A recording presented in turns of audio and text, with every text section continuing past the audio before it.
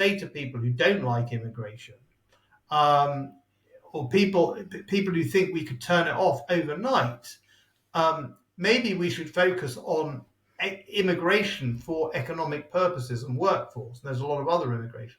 But ultimately, unless the people of these islands from all backgrounds, all races, all religions, unless we in this very multi-ethnic country of ours are able to reproduce ourselves, we're either going to have endless mass immigration or we're going to have real labour problems. Paul, can you just explain something to me? Because there seems to be a little bit of the paradox in the approach of the UK to, filling this hole, and I can't quite understand exactly how that works. UK has essentially decided to import people instead of create their own, if you like. So we are fixing the problems and the short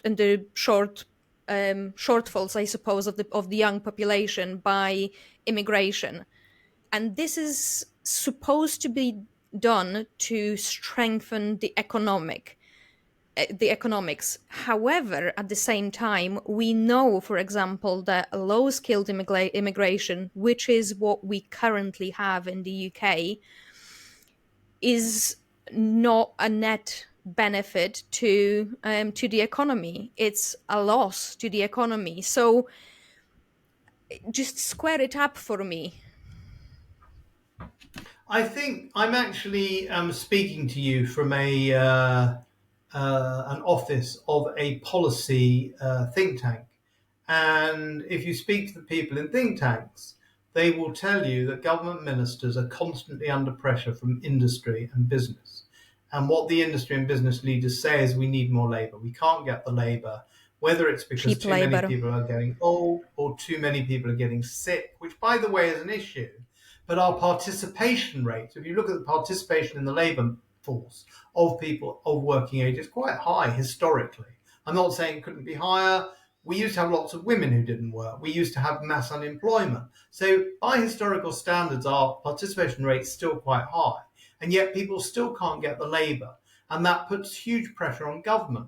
Government wants people to, first of all, they want to keep the city happy. They want to keep business happy, not just so that people sign at them, but so that the houses get built, care homes get manned, and so on. And all of that leads to tax revenue. If you get a baby today, that baby won't be part of the labour force paying tax for 20 to 25 years. But if you ship in an immigrant, he or her can go straight into the workforce. And even if that doesn't improve per capita GDP, which is what the government should be worrying about, the government has a mass of debt.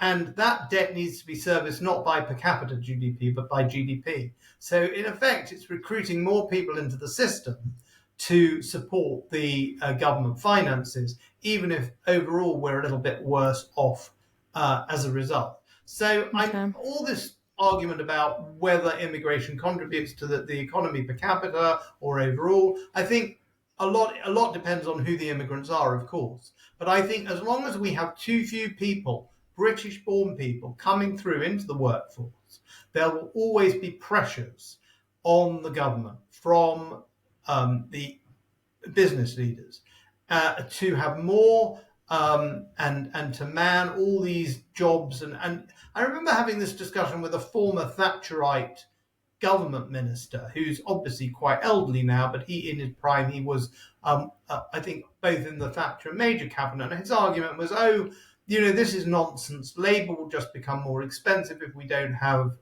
immigration, and more money will go to labour and less will go to capital, and the price of labour will rise and there'll be a shakeout. And you can't. And I do understand where he's coming from economically, but that would work in a purely market situation. If you said, all right, we're not going to have immigrants. We're not going to have immigrants in the care homes.